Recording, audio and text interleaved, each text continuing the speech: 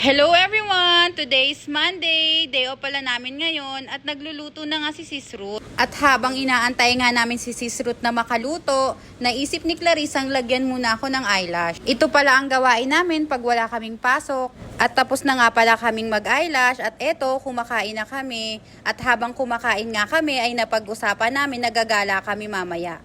Ang sabi nga namin kay Clarissa at Kyla, tuturuan namin silang sumakay ng bus at metro. Ang saya lang isipin, dati dalawa lang kami ni Ruth na kumakain, ngayon ay 4 na kami. Sana lang magtagal sila dito at magustuhan nila ang trabaho. At bago nga kami umalis ay nagpasama muna si Sis Ruth sa pharmacy para bumili ng gamot dahil ang sabi niya ay masama ang pakiramdam niya. At naglalakad na nga kami papunta ng pharmacy. Alam nyo ba guys, dito sa area namin, halos karamihan ng nakita kong pharmacy ay nakapangalan sa prutas katulad ng lemon at ang pupuntahan naman namin ngayon ay Orange Pharmacy. At tumawid na nga pala kami, ganyan pala ang itsura ng pharmacy dito, parang Watson at Mercury Drug kung sa atin. At nakabili na nga ng gamot si Sis Ruth ay hindi na rin kami nagtagal at umuwi na rin kami kasi nga sobrang init talaga dito guys.